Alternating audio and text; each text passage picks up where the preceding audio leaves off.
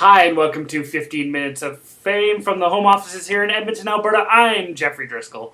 And I'm Jim Kerr. Hi, Jim. Starting on the ice this week, more off-season tragedy in the NHL as hard-nosed defenseman Wade Belak is found dead in Toronto last Wednesday. They just had his funeral service as well. That's three enforcer-type players dead in 4 months.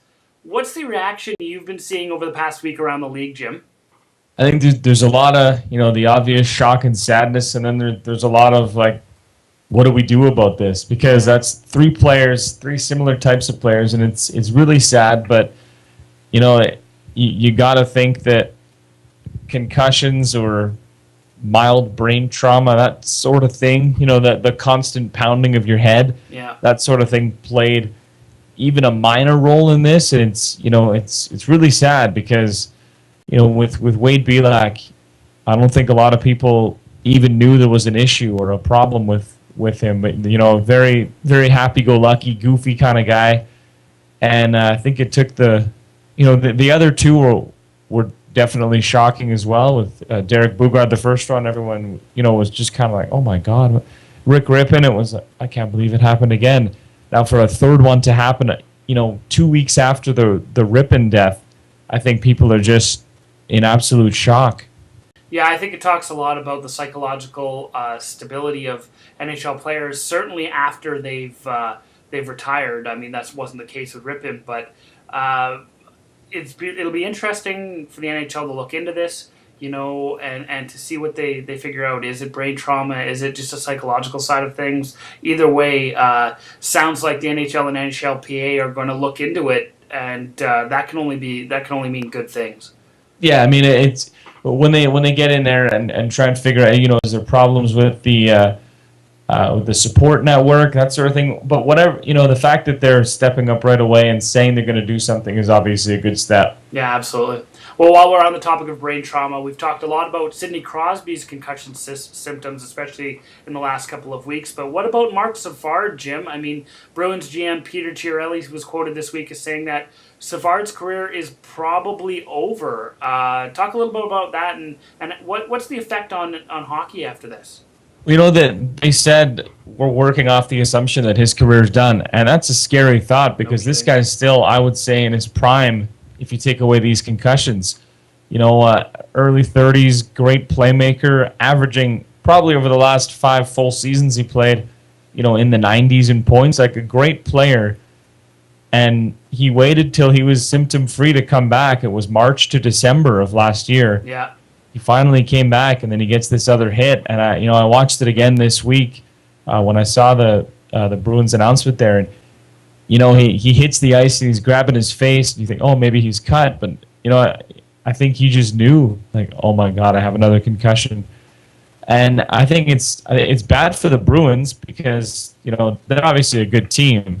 They won some trophy this year, but they're obviously a good team. But with Marc Savard, they're a better team, and it's tough to lose a guy like that. Especially when you're thinking, oh, he'll be back, and then all of a sudden he's probably not going to be back.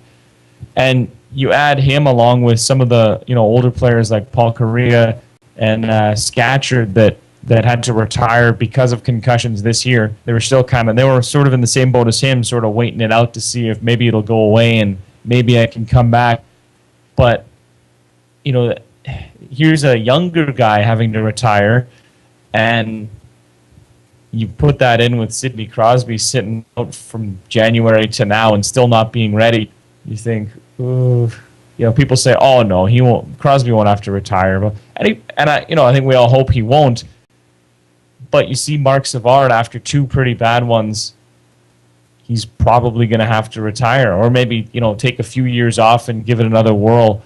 But it really underlines the danger of these types of injuries because you think, like with Dave Scatchard, he was saying he can't push his kids on a swing anymore because it gives him a headache. That's a tough way to live, and it's probably, I would say, quite scary for some of these players to think, a couple big hits and that's me.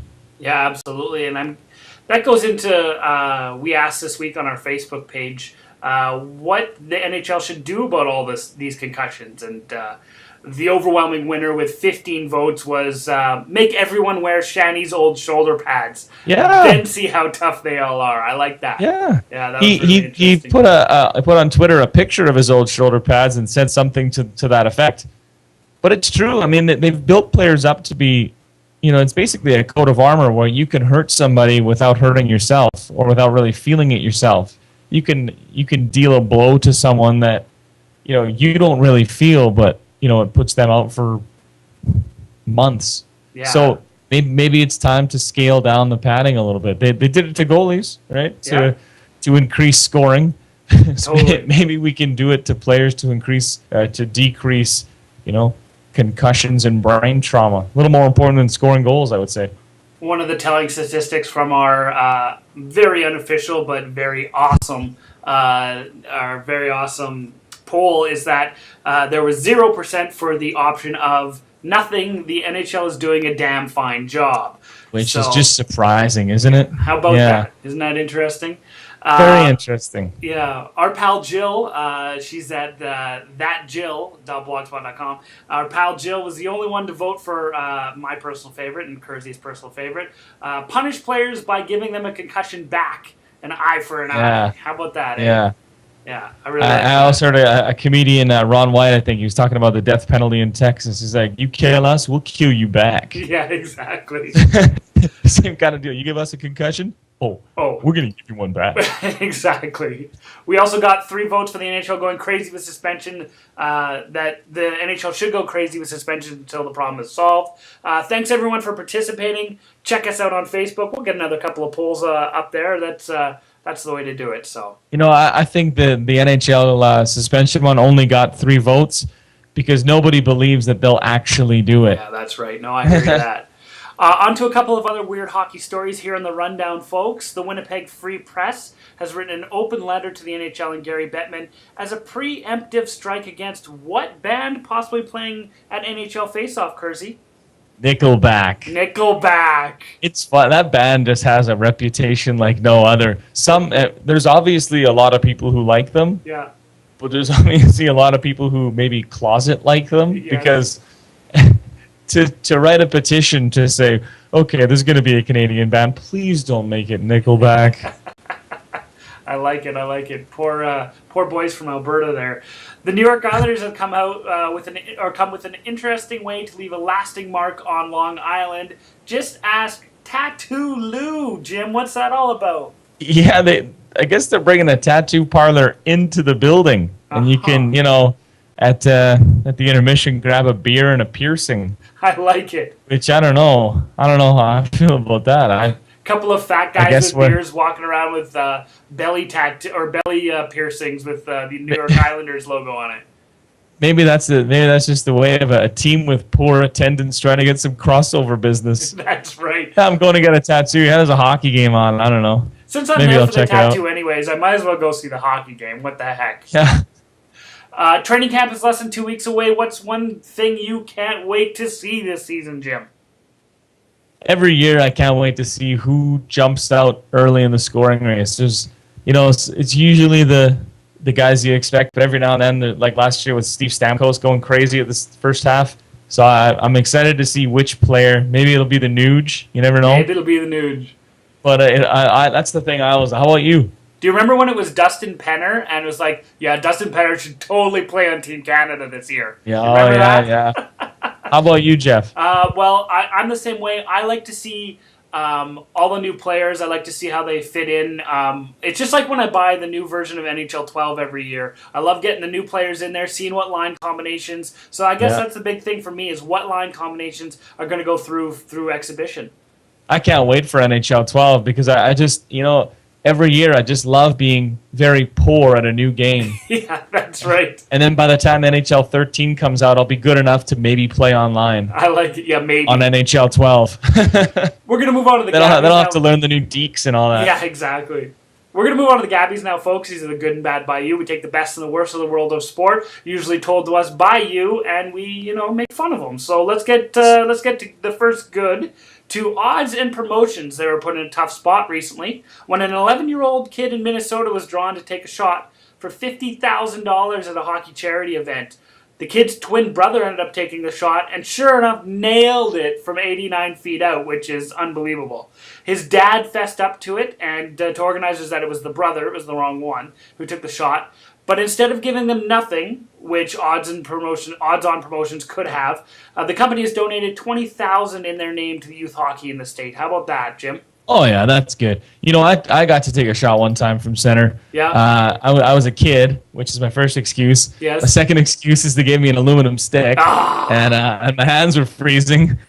And you know what? Just, I didn't win. You missed. I wish I had a twin brother that could have nailed it for me. But that's, good of them to be honest or whatever. But yeah, $60,000. I mean, they're that close.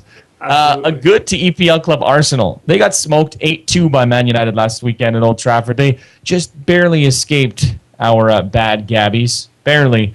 But, we waited it out. We thought there could be some good fallout from this. Since then, they've tried to make amends by offering fans that traveled to Old Trafford to see that shellacking a future away ticket or the cost of one. Because it's a 650-kilometer round trip. Crazy. And you go all that way, you buy the ticket, you find accommodation, whatever it is, and your team gets beat 8-2. Oof. I mean, it's a bad performance when they offer you some money. No kidding. I mean, good on them, but, because God knows they've got the money, but you're right. Wow, they did that bad.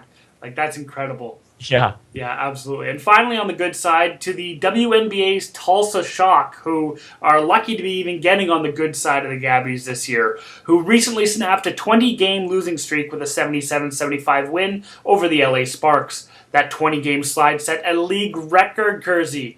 The Shock also snapped a streak of 22 straight road losses. I mean, good for them being on the good side of these things and breaking the streak, but holy man, how bad does a team have to be? Well, 20 straight. I mean, oh man! Here in Edmonton, we know a thing or two about losing streaks. Yes, we do. And so, good luck in your future endeavors, Tulsa. On the bad side of things, we're going to give it bad to a fellow named Sogelau Tuvalu. Nice work there. Yeah, thank you. He's a 17-year-old. He's a shot putter. He's from American Samoa. Yeah. He failed to qualify in the shot put at the recent World Championships, so he somehow, some way, ended up in a preliminary heat for the 100-meter dash. Now, I don't know if you've seen too many shot putters, but they're not usually... especially ones from American Samoa. They're big boys. Yeah. He says it was a dream come true to run in the race, even though he lost by an even 5 seconds and was out of it by 5 seconds in. But he looks pretty out of place. Good for him. I like it. We're going to give a bad to Winnipeg Jets defenseman Dustin Byfuglien. He was arrested last week in Minnesota on suspicion of boating while intoxicated.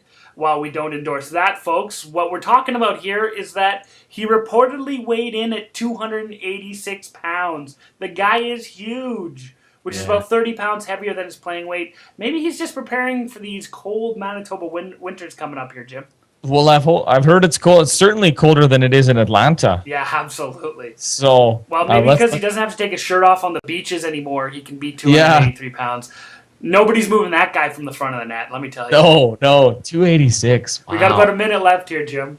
All right, well, a bad to the sport of cycling. Some people wondered why cyclist Tom Boonen was struggling so much at a race in Spain last week. I know I did. Yes. Turns out it's because he developed what we're going to call an open groin wound. It's about the only way I can say it without using words that'll make me giggle. He blamed it on the friction of his pants with the saddle. Eesh. Dibs out on being a pro cyclist, Jeff. Yeah, never, ever, ever. No just thanks. for the possibility he did the whole last leg that he was on standing up on his bike. I would hope so. Yeah. Friction created a hole in a part of his body. Crazy. We're going to go on to quick hits here. Just a quick one real quick. Jim here, a quick one real quick. Right. What did you think about the Edmonton Eskimos putting up a billboard outside McMahon Stadium in Calgary ahead of this year's Labor Day Classic? They vandalized it. The Calgary people did. Yeah. I think it's good, but boy, it's going to look... Yeah, I don't know. They should do that every week. Yeah, absolutely. I like it. Okay, folks, well, that's our 15 Minutes of Fame up for this week. Join us again next week when we get a whole new 15 Minutes of Fame. In the meantime, I'm Jeffrey Driscoll. And I'm Jim Kerr. Have a good week, folks.